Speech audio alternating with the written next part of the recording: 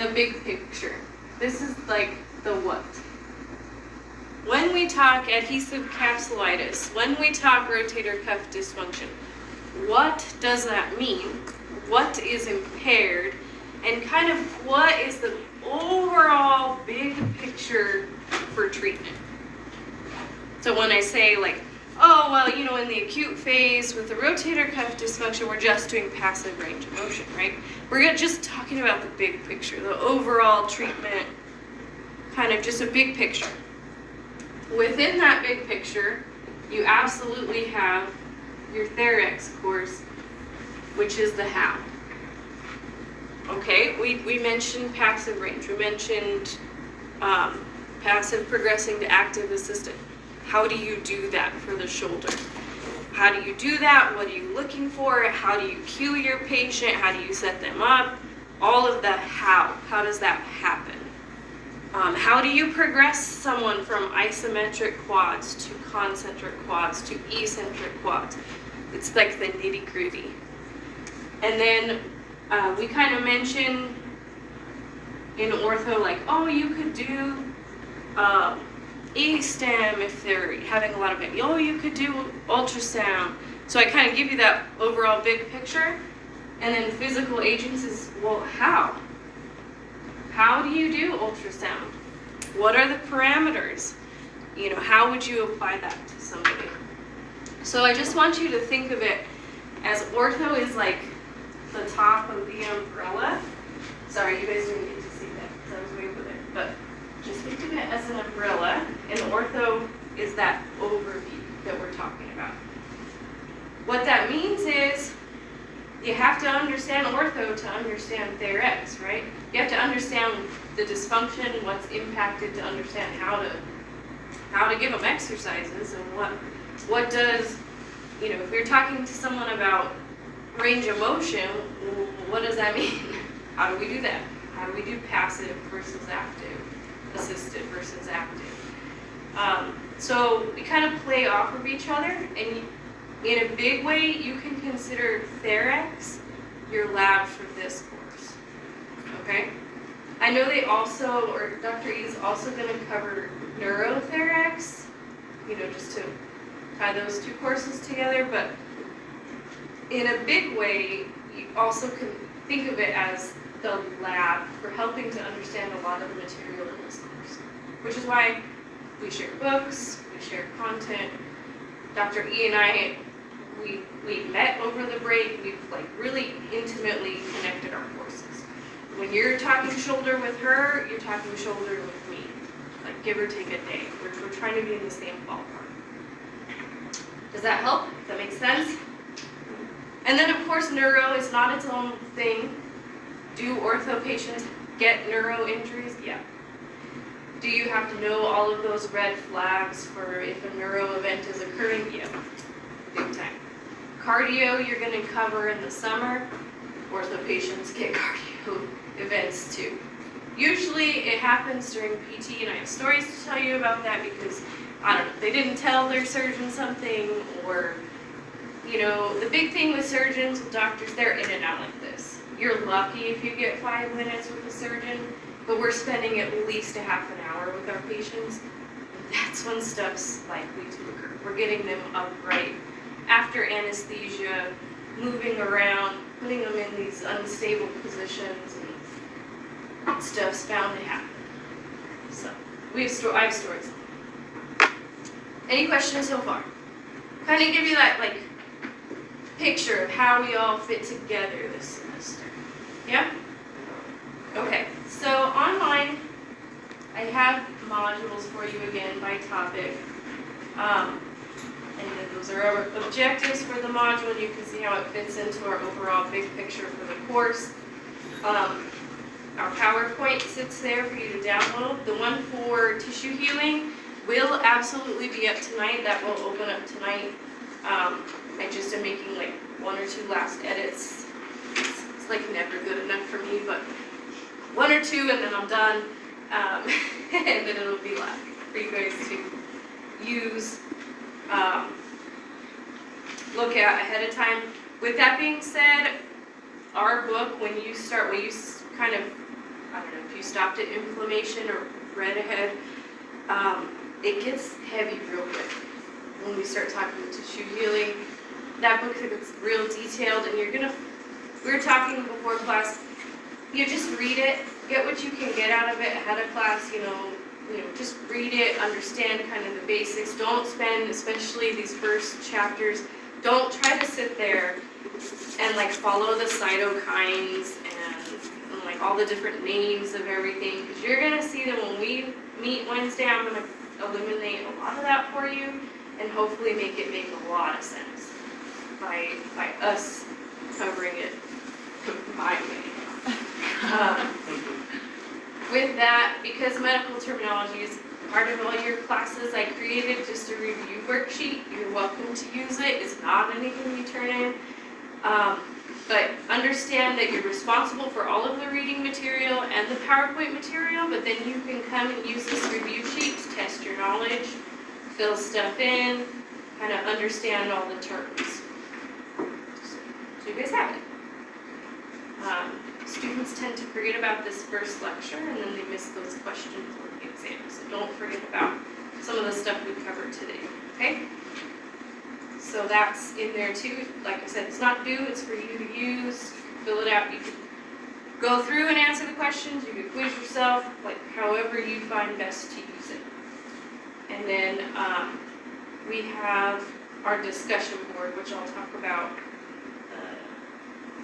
What are you talking about? Well, I'll talk about it now. I don't know.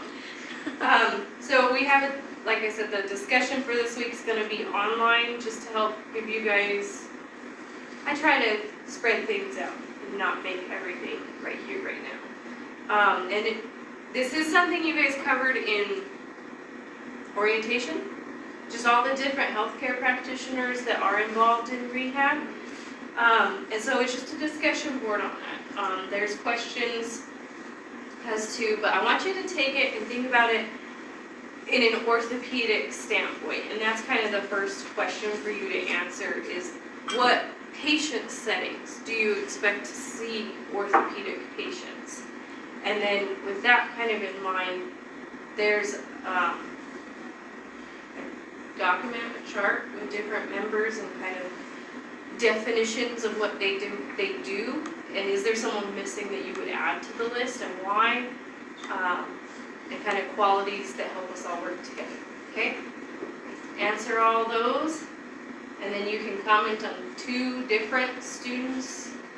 If there's someone who threw someone in and had a great reasoning why, you can comment as to why, oh, I didn't think about that, I didn't even know they did this, or there's different questions you can answer based on the person that you pick. There is it is graded. It goes in your discussion grade, so there is a, what do we call this? Rubric. And so there's a rubric if you want to follow that and make sure you get all the points. So, okay, I think that's all my housekeeping stuff for today. Any questions so far? We're good? And that rubric is under that discussion grid? Yeah, so if you, okay, this is my view, obviously, yours is hopefully somewhat similar. Sorry, I missed. If you go under your discussions, we're not, oh, I don't know if you guys can see that. If something's unclear and you have a question and it's 12:35 p.m. and you just want to post it out to the world, and you can post it there, and if I'm up, I'll answer it. If you guys are up, you can help each other out. So I think sometimes when it's a content question, having this kind of thing out there in the world helps rather than just group me. Because yeah, group me is helpful, it's you guys, but I'm not there. So what if I'm up at 12:35 a.m. and I can help you out and give you an answer? So you can use that as you see fit, if you, like I said, or you can shoot me an email. I'm accessible. But here's the rehab team members post. If you click on the blue, it'll pull up the table. Yeah. And then if you click on the second blue at the bottom, it'll pull up the rubric. Okay. I tried to link everything. I am discovering more and more each semester on Brightspace. Having a little fun with it. Okay. Thank you. You are absolutely. Alrighty. So let's talk, are you guys still alive on there? I think they are. Let's talk about the intro info that should have been most likely a big review. And a lot of that chapter 2, after inflammation, it should be a huge review from procedure, like how to take vital signs, if you know how to do that. Gosh, what else is on there? I don't know. A lot of stuff that you know how to do. So it should just be a review. Don't worry too heavily about all that. You already know how to do that. So let's just kind of talk about where we fit into the world of orthopedics and kind of some specifics with especially patient education. Today's kind of the patient education day. So these are the objectives. They're very useful if you want to go back and see if you can answer them after. These tie into that worksheet a lot. You know, use what you see fit to quiz yourself later. But this is our goal. So you know, we have our sort of governing board is the APTA that kind of guides everything we do. And they have a vision statement that describes PTs and PTAs as healthcare professionals who are transforming society by optimizing movement to improve the human experience.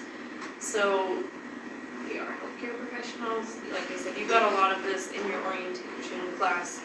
I can't stand when personal trainers use the term PT because that's ours. It's within our legal practice to use that abbreviation as ourselves.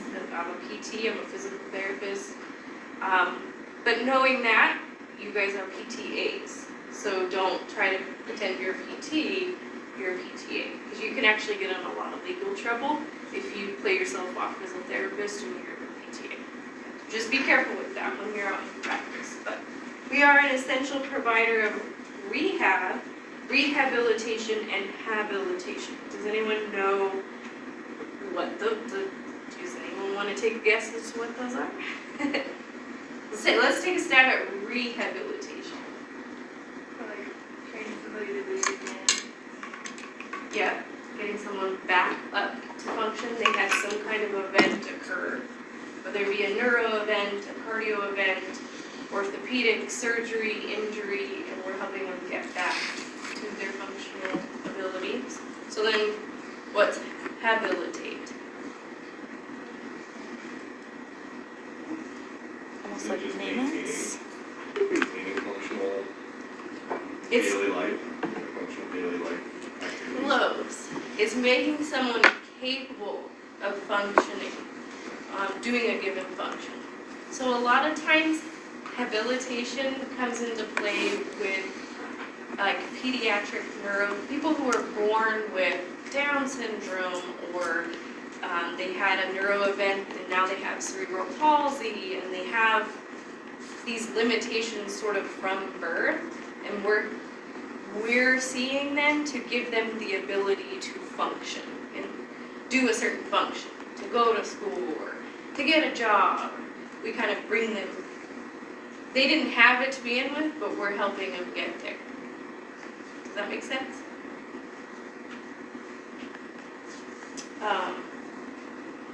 Yeah, so if they're not developing normally, that's kind of where we come into play with habilitation.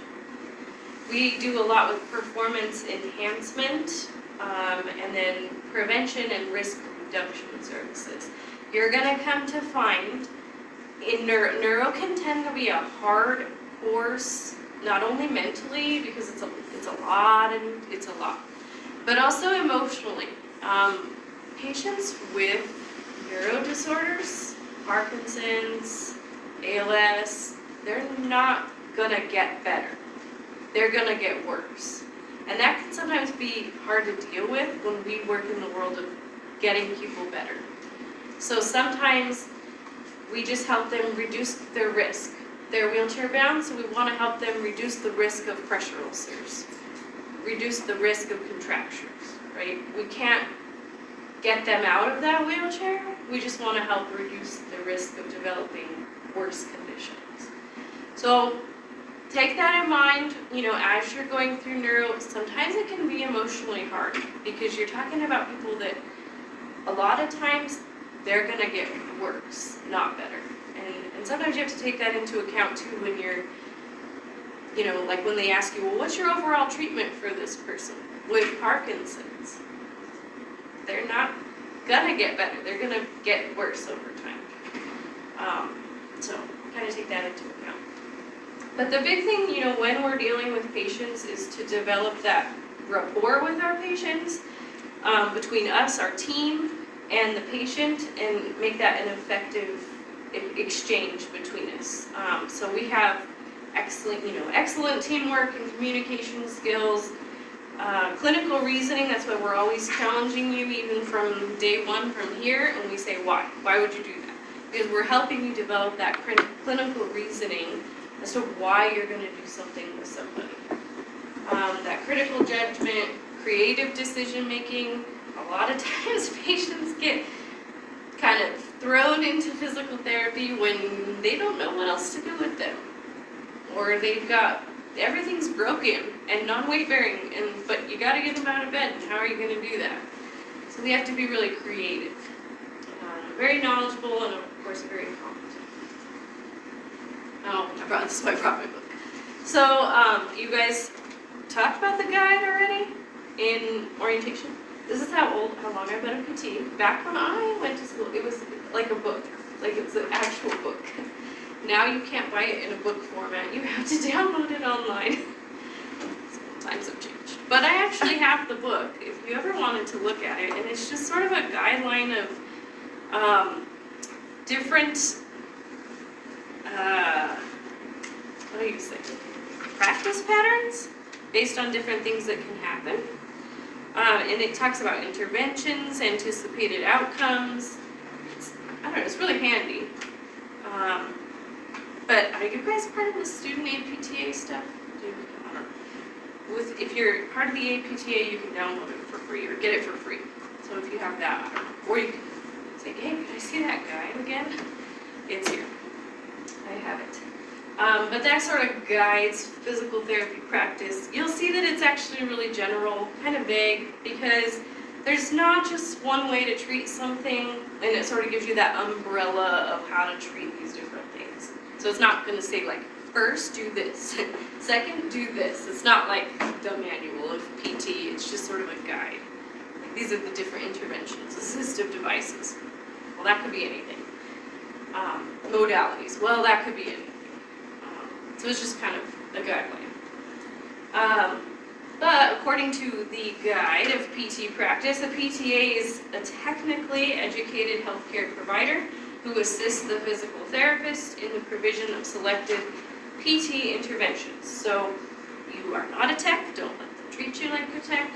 You have clinical reasoning skills, you have an educational background to be able to assist the PT in carrying out all the interventions and modifying the treatment within your scope of practice. So you are the only technically you're the only individuals who assist in providing those interventions. There are a lot of clinics that still use techs, but they're not skilled practitioners, so they may just use them to, like, oh, put that person on the bike or do some laundry. They're not skilled providers. So don't let them treat you like that. You are a skilled provider. It, of course, is the responsibility of the PT to examine them, to perform the evaluation, collect all that data, identify the problems, determine the diagnosis, prognosis, and plan of care, and start to implement it.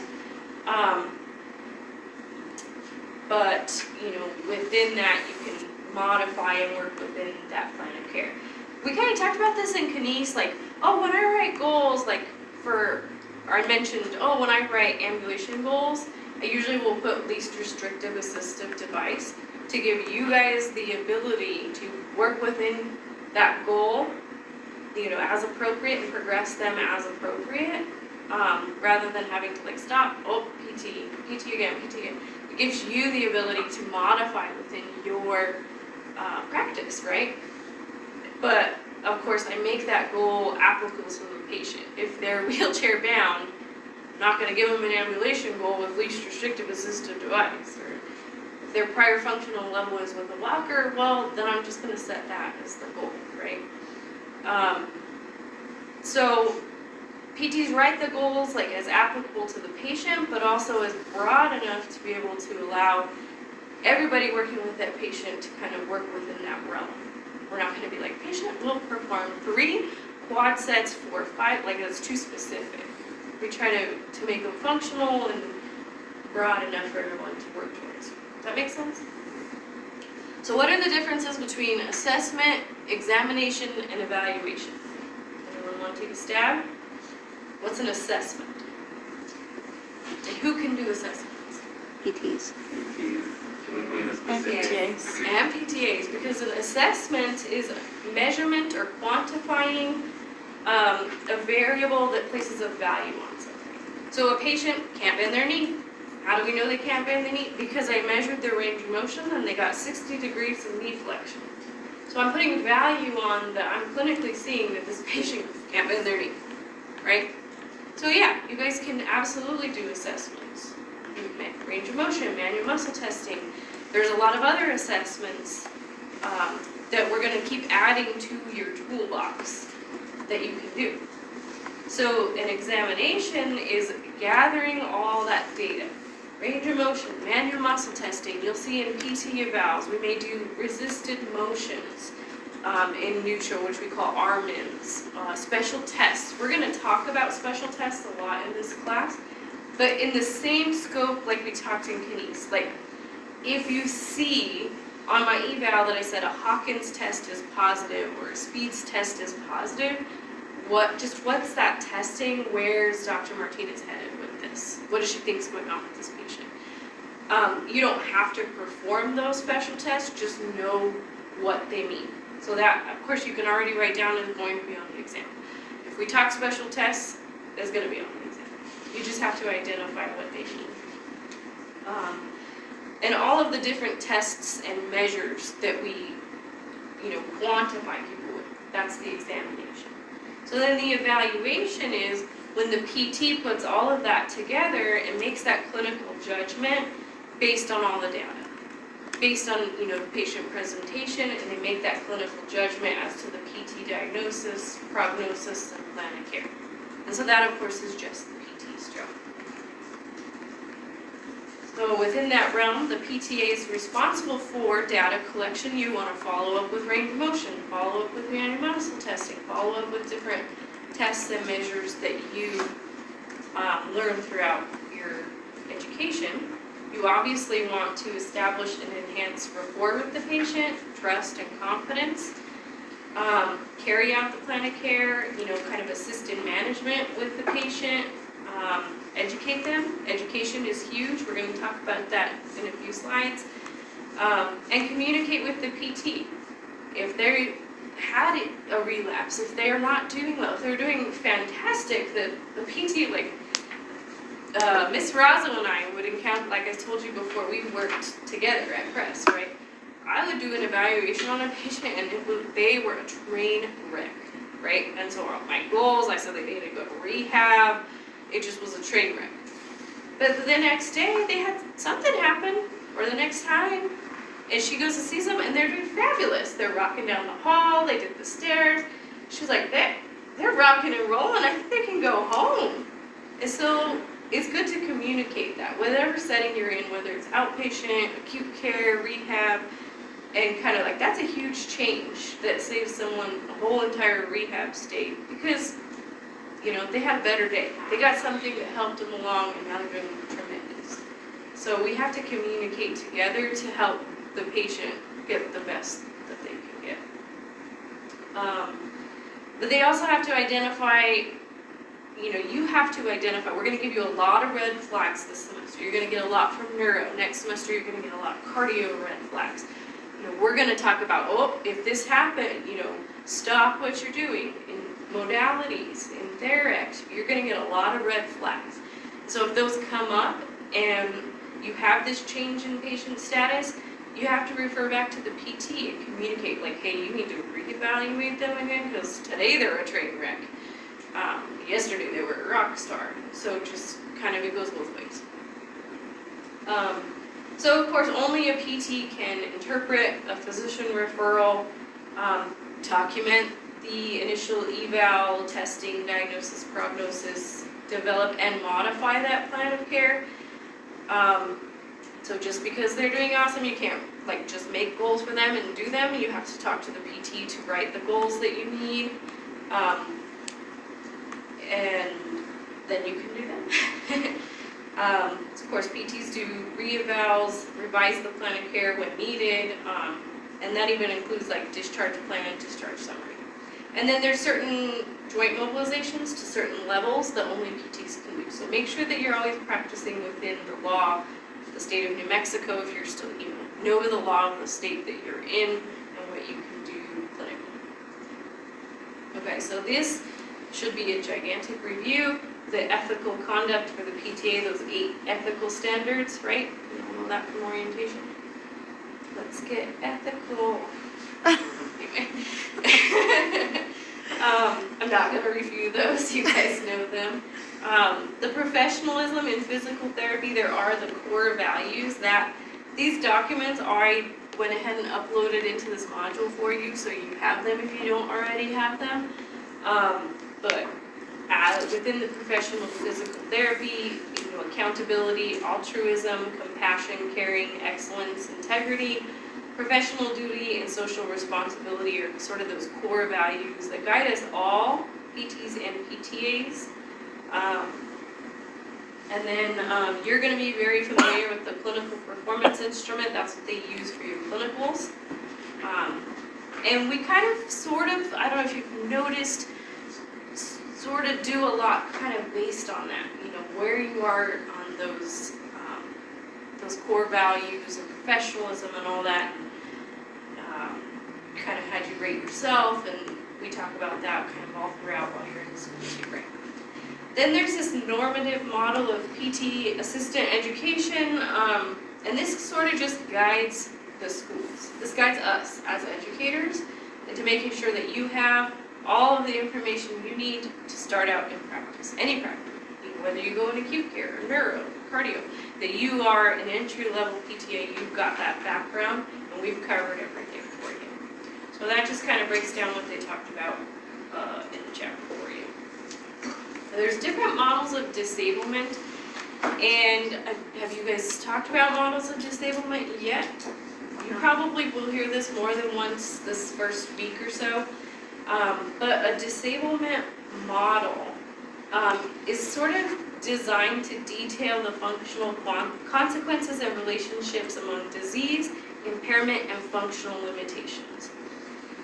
So that's kind of critical for us to understand in order to improve that function and get them rehabilitated back up to speed. This guide uses the Nagy disablement model, so kind of in how they write things and communicate things is sort of based on that. But the APTA endorsed this ICF model because it focuses more on health rather than disease, and then takes into account environmental and personal factors. So the ICF has 2 parts. The first part is that it's a description of the components of functioning and disability that are associated with a health condition. So that incorporates the body functions, the different body structures and systems, and changes that are occurring with them. And then activities the person can do, and how they would participate in daily life. And then part 2 would be the contextual factors. So that's like your environmental factors. Social attitudes, architectural characteristics, legal, social structures, kind of that. It's sort of heavy stuff, but that we can't necessarily objectively measure type stuff. There also like personal factors, gender, age, like coping styles, social background, the things that make a person, and their ability to handle the situation, right? So here's a comparison of the 3 different models. So this lady is in the middle. There's a version 1 of the ICF, and then there's a version 2, and you can see how they've improved it by version 2. So what it does is it takes, rather than just a disease or a pathology, it says the whole person's health condition. So what's their health condition right now? Well, they have this dysfunction in their shoulder, right? We'll take that into account. They have a rotator cuff tear. So that leads to impairments. So the impairments are they have shoulder flexion to 90 degrees, abduction to 80 degrees, limited external rotation. Those are our objective measures, those physical impairments. Their strength is maybe a 2+, The measures, the impairments, what's physically wrong with them? Well, those impairments then lead to activity limitations. They cannot reach up and put the peanut butter away after they're done making a sandwich because their shoulder doesn't move. They don't have the strength to lift their arm up. So therefore, the participation restriction is they cannot independently care for themselves in the house, or they cannot perform their job, or they cannot participate in soccer. So you can see how it all builds like an onion, right? We do the tests and measures, well, what does that mean? This is kind of what we're talking about in Kines when I said, okay, you measured that, but what does that mean functionally? They can't lift their arm up, right? Those are those activity limitations. So putting that into now looking at a patient, when we're treating patients, we have to have those interpersonal communication skills. We have to be supervising our patients. We have to be performing that data collection, problem solving, what's going on and why, and making those clinical decisions, right? This would be like you're measuring a patient and they have limited knee extension. You don't just be like, oh, well, that sucks for you. You think about why. Do they have clear evidence of swelling? Is it painful? Are they weak and they can't, achieve that full knee extension from weakness? Or is it a tightness, a contracture, or just a tightness in the structures that aren't stretching out all the way? That's our clinical decision making into what we do next. What do we do Therex-wise to treat it, to help them get better? Makes sense? So, what else did I want to say on this? PTAs kind of monitor the patient's response to those interventions and report any changes, accurately and quickly. So yeah, you have to be accurate when you measure something, but you need to report it right away to the PT. And then they can, if it's a red flag type thing, they can make that referral back to the physician or the nurse or whatever needs to be done to help kind of medically with that patient. So you kind of have to understand that subtle changes require this keen awareness into what's going on, because it might be a slow change over time, it might be a very minimal change, but have a profound effect on the body. And you have to be kind of acutely sensitive to what the patient's reporting to pick up those subtle changes. Profound changes are the more obvious, like, whoa, their blood pressure's astronomical. They just collapsed on the floor. Like, those are profound changes, right? An example of a subtle change, I was seeing a patient in outpatient orthopedics. She was hip pain, young though, like early 40s maybe? So it was kind of like unusual. The presentation was unusual for the hip pain that she was presenting. But we evaluated her, I identified the impairments, okay, this is what we're gonna start working on, gave her a plan, she went home with it, saw her the next week, and she came back, it was way worse. And so now I kind of redid measures and tests on her, looked at her leg, temperature checks of that leg and what's going on, and I told her, I said, this is beyond physical therapy. You need to call the physician. Because I'm thinking in my mind, the feeling of the temperature of her leg was going down. It felt colder than the other leg.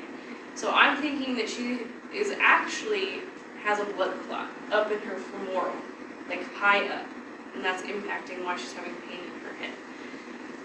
She didn't even get to call the physician. She ended up in the ER that night, and she ended up calling the clinic the next day, and she was like, "You saved my life," because it was a giant clot in her femoral, and if that had dislodged, she would have had a stroke at 40-something years old. So those subtle changes, when they don't respond like we think they're gonna respond, when we think they're gonna come back, she's gonna be feeling better, and it's way worse, that's when we need to jump into action and be that advocate for them. So that's why we give you all these red flags, to catch that in those moments. A lot of the things we already asked you guys to do starting last semester, we're going to build on, and we're going to make more complex. Those tasks that you're accomplishing with the patient, that range of motion and manual muscle testing now this semester is quick. And you're going to be spending a lot more time on the actual exercise. And how are you adjusting it? How are you educating them? How, on their condition, on their exercise, and progressing them through the treatment. So we're adding to the complexity of what you're doing with patients. And sometimes you can think of it like an algorithm. If you're like a computer type person and you're like A to B, read the PT about, okay, next. This helps some people to kind of understand the overall plan, communicate with PT for clarification, or, do your chart review and then see the patient. Some people work by algorithms, and this would be kind of like a treatment algorithm, from literally picking up the chart and doing a chart review, if that helps. But what does it mean to supervise a patient? We have to be gathering those objective measures, that data, while talking to them and establishing and enhancing that rapport with them, that trust, that confidence. They're technically consumers, right? They have to buy into what we're saying and what we're educating them on and what we want them to do to help them get better. And that comes through patient education. When they fully understand what's going on, they're fully going to buy into what we're saying and asking them to do to kind of manage their condition.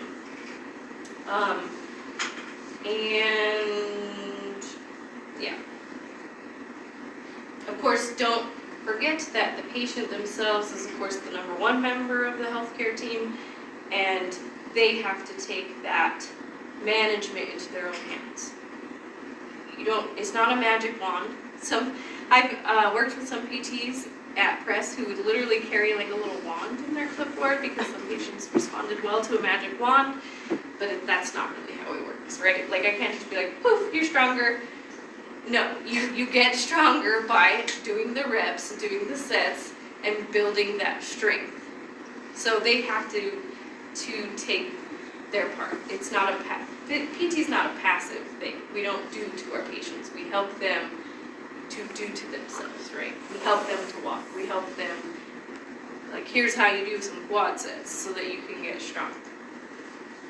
So it's really important to do patient education about the disorder, the plan of care, and the interventions that you have planned. So that's going to be a big part of this class.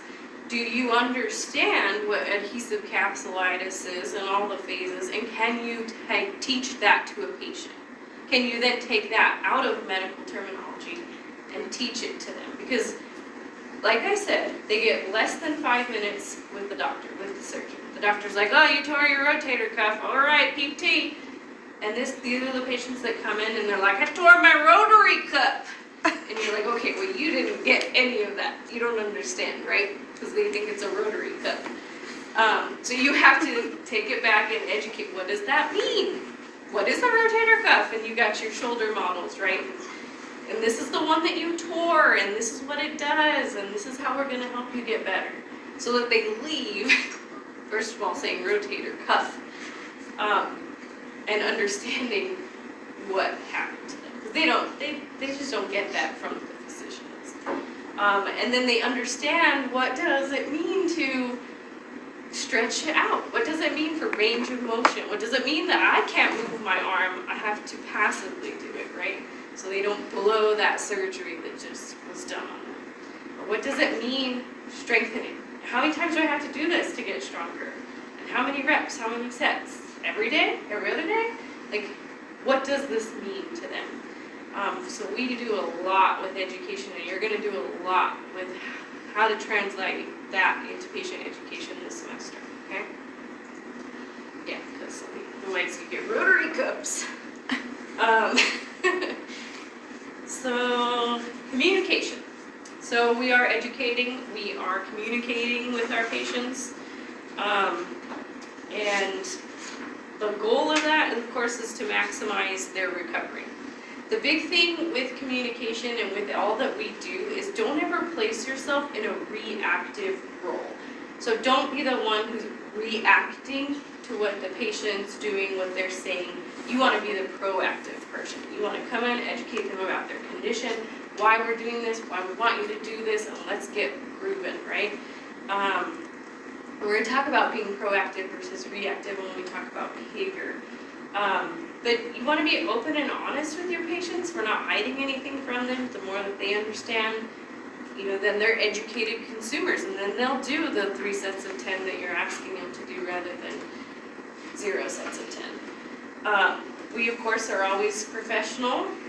We use professional language, but not medical terminology with patients. Unless your patient is a doctor or is a PT, you want to be able to translate everything we're saying and doing into lay terminology. And then, of course, language that's appropriate to the patient's comprehension. I would get tons of engineer patients, and it is their jam when you talk about the phase change between ice and water, and that's what's helping them with the ice, and they're like, oh yeah, like they get that. Or they're the ones who are like, it was 95 yesterday, I can get 96, and they're really pushing because they're focused on like numbers and stuff like that. Versus someone who doesn't have that background, that's meaningless to them. They don't follow that. So you have to kind of feel out your patient and what's going to motivate them. But on the flip side, you also have to listen. Now, you're not just a communicator and you're not just a listener.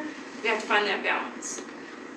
Taking the time to listen and hear what they're saying, and show them that you hear what they're saying and responding, but also not letting them run away with your treatment and just talking to you, because your little old ladies will do that.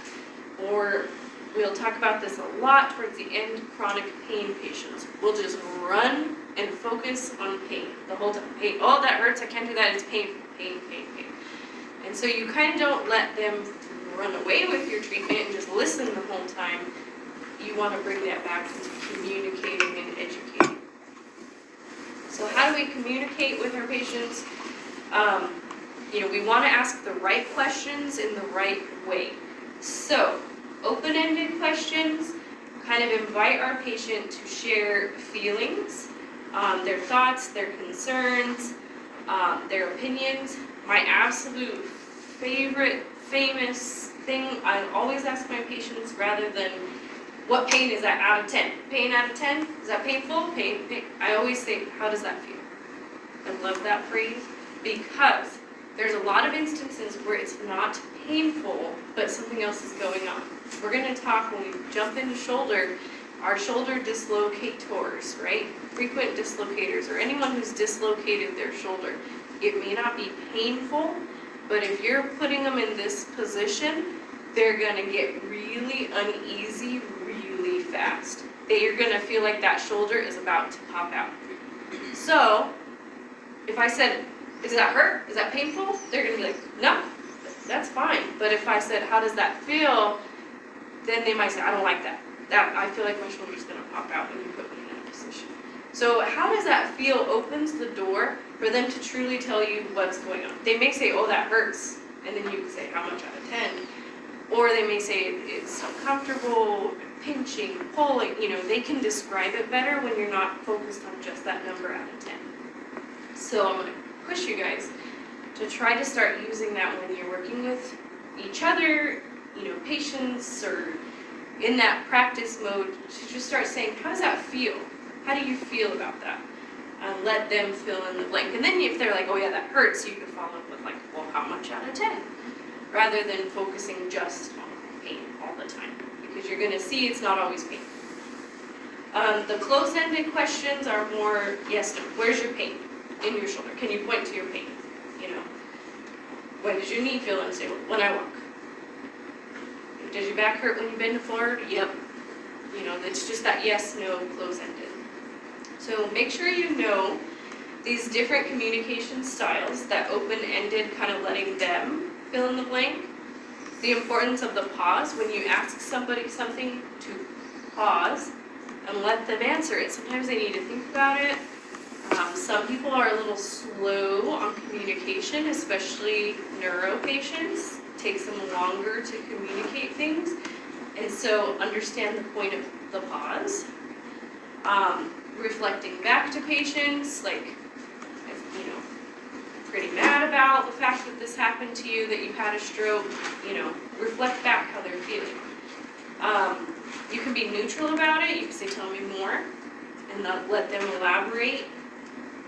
If you, a brief assertion is just agreeing with them.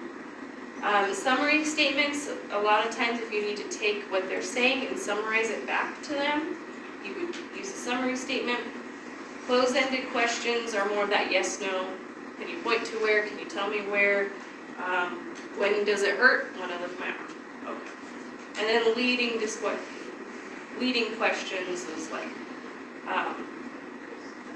this is great, isn't it? Physical therapy is great, huh? And they're like, yeah. Right? And I said kinesiology is the best, right? So understand the difference between these questions. This is on the exam, just so you know. And then prompting versus cueing. I'm going to try to wrap it up here in the last few minutes. I'm trying to stay on track with time. Sometimes I may go over a couple minutes just to let you guys know. Prompting versus cueing. We do a lot of cueing, and we even write it in our notes, right? Verbal cues, tactile cues for XYZ.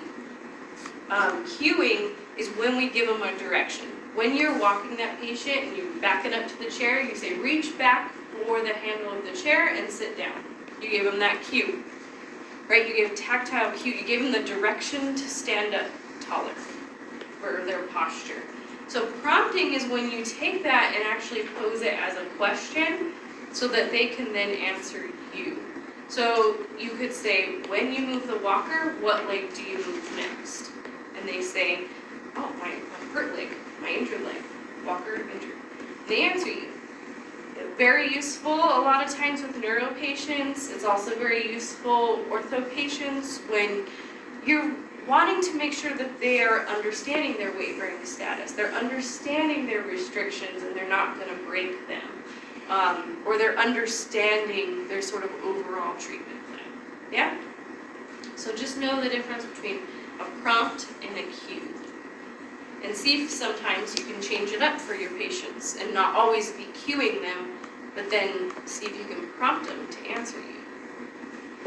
So we talked about talking and we talked about listening, and now we're going to talk about how we are as therapists.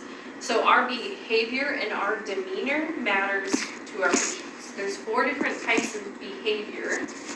There's a dominant person. This is sort of like your drill sergeant. Da, da, da, da, da. We're going to do this and we're going to do it now. Let's go, let's go. And then you have your submissive person. And this would be the person who's not really controlling the treatment. They're letting the patient sort of run away with it and following the pain pattern. And you're spending the whole time sitting there with them because you're being submissive to them and letting them lead, right? Hostility would be someone who's insensitive. And this is, we maybe have mentioned to you guys, like, if you say it that way, that sounds pretty insensitive to your patient. Like, maybe rephrase that. So we're trying to help you guys kind of develop into the ideal behavioral patterns that will best benefit your patient. And then, of course, warmth. That's your fuzzy, right? Oh, pobrecito, right? You have that concern for your patients. It's New Mexico. You have to pull those into it, right? So if you take these 4 different behaviors and you put them on a quadrant, you can get different types of people. You can have that dominant, hostile, like drill sergeant. Like, nope, we're getting out. We gotta go. Patients may not respond to that. Some patients need that, and some patients are like, no, you're fired, I need a new PT. They do fire us. And sometimes we fire our patients too, but that's a different story. That's more of your neuro patient who's inappropriate with women and needs a male therapist. That's the only instance I've fired a patient. Will benefit from a male PT tomorrow. So quadrant 2 would be that submissive but hostile person.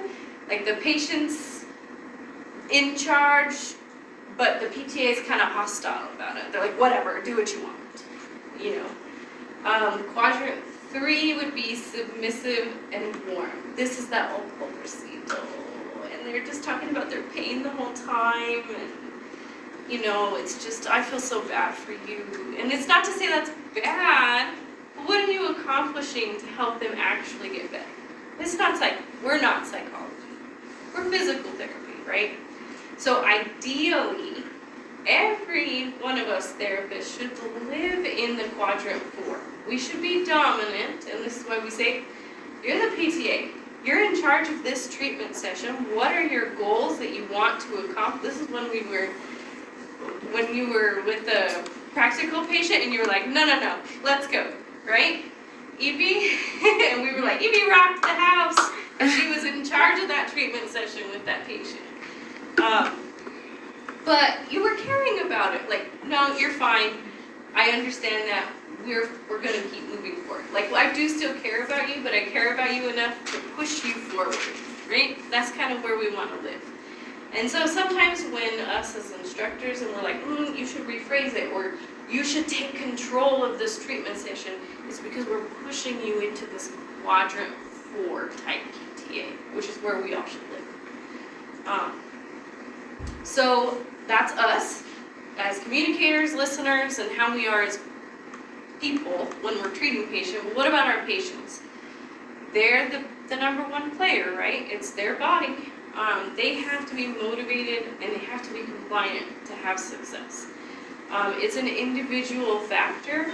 And if their resistance toward improvement, it's usually based on multiple factors. They're either having a hard time dealing with their change in status. This could be, maybe someone had a traumatic amputation of their leg, and they're having a hard time dealing with that, and they don't foresee how their life is going to go on without the rest of their leg, right? So they're going to be unmotivated to even get out of bed.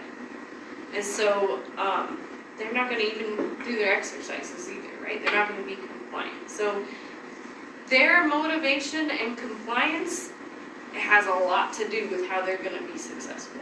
So then this is like, sometimes you'll hear people say, like, especially if you work in acute care, like that, they call it the come to Jesus moment. Like, this is your 20-year-old patient that fractured everything and is not wanting to get out of bed, and you say, well, guess you gotta go to the nursing home with the old people.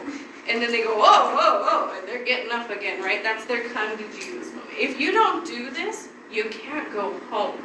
You will be in the nursing home with the old people, and that will kick it into gear. Or, sometimes you gotta have that moment, that conversation with them. You are here, you are alive, you did survive this, and we're gonna help you move forward. So sometimes you kind of have to wrangle them into being motivated and compliant, and sometimes they just aren't. But obviously motivation is their willingness to do it. They're motivated, they want to get better, they want to walk, maybe they want to walk their daughter down the aisle when she gets married next year, and they're going to do it no matter what. And those videos on YouTube, like, oh, they did it. I'm so proud to be a PT. Or they're motivated to get past this, get back to work, or whatever that is, they're ready to get better. And that's what we deal with, right? People have an issue, that's where they come to us, and we're helping them get better. It does play depression if they're sort of apathetic. If they aren't fully cognitively aware of the entire situation, they don't have a lot of confidence.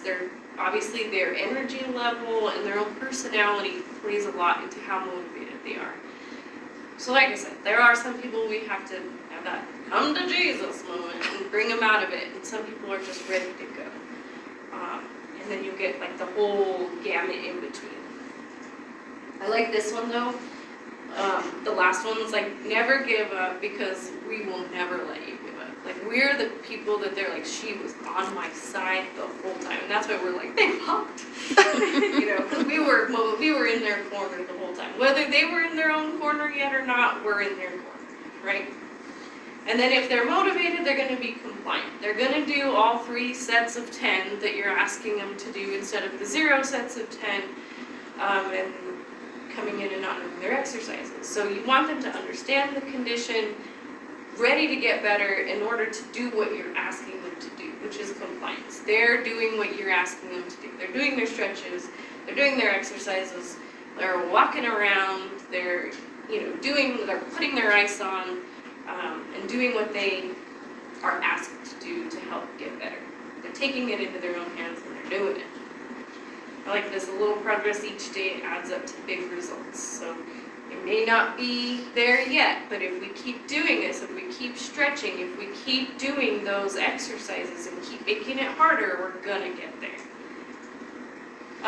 And then the last kind of key piece, of course, is that patient education. And this is what I talked about. We're going to be challenging you guys a lot on this semester. How do you take your understanding of that and help a patient understand this condition? They have to fully understand their rotary cup and why it was torn and how this strengthening, this range of motion is going to help them get better. Or why you do not want them to lift that arm on their own yet, because they're post-surgical. So you have to educate them to get them to fully buy into what we're saying and protect themselves, right? You're going to find out through Therax that when we give patients a home exercise program, do not overwhelm them. And Dr. E is probably going to say, what 3 things would you do? And you'd be like, but 3? There's a million things I want to do with them. Don't give your patient a million things at once. They're not going to be compliant. They're not going to do it. They're not going to do 3 sets of 10 3 times a day. That's 90 sets. That's a lot. If you're asking them to do, certain things. So understand, when you do home exercises, try to stick to 3. What you give them at a time. We're going to talk a lot when we get into these, like rotator go, oh yeah, you can do this, this, this, this, and you got to work on this, and you got to work on that. And remember, that's the umbrella that we're sitting under. We're not giving them all of that in one session. We're going to spread it out throughout this whole phase of treatment.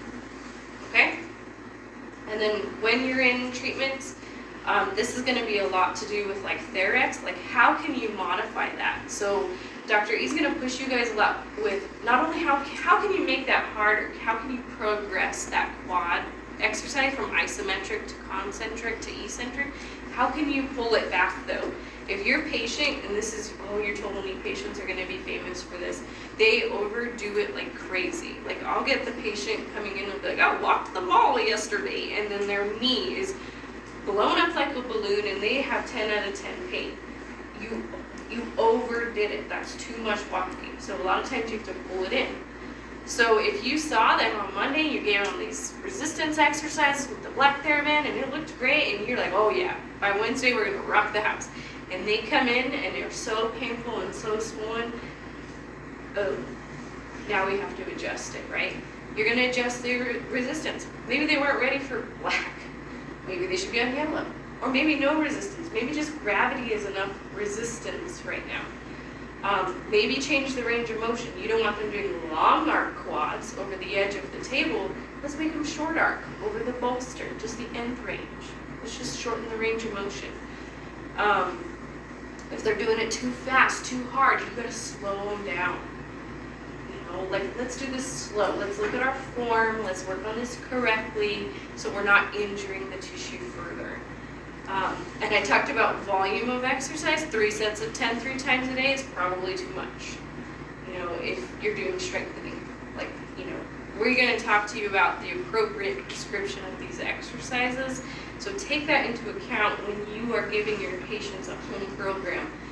if they're doing too much, tell it, let's just do 1 set of 10 right now. That's fine, or 2.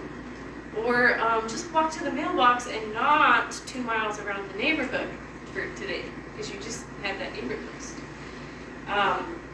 And then if you need to back it off completely, if concentric, like long arc quads, is too much, maybe we gotta go back to isometric. Maybe their quads aren't strong enough yet. Maybe we gotta change that way.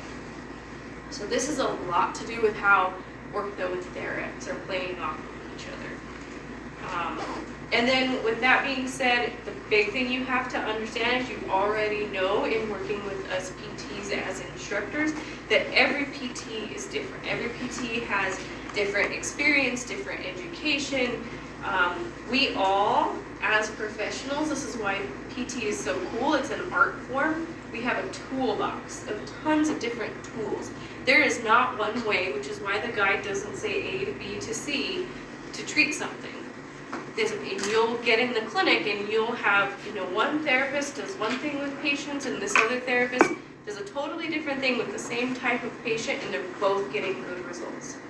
And this is why you kind of learn all these different techniques and kind of match to your PT that you're working with. If you don't understand why they're doing something, ask them. Like, I would love to understand, what you're doing and why, and learn from them. Don't come at it with that hostile, what are you doing and why? Like, take the opportunity to learn from each other. Or maybe you go to a CEU course and you find something out that's super cool and come back and share it with the PTs. Like, oh, I just went to this course and I learned this cool technique, like check it out. And share together, right? And kind of work together as a team and understand. So you already know that though in working with different PTs as your instructors, but when it comes to the clinic, understand that there is not one exact way to treat one thing. And that's why when we talk about conditions, it's gonna be like, you can do this and this and this and this, and then here's the modalities, and here's, you're gonna progress this way and that way. It's that umbrella of different things that you wanna try to accomplish with them. And you can't spell party without PT. I had to put that somewhere, so I made a summary page. But just understand, take all of this in consideration as you're growing your skills this semester and as a PTA and going forward.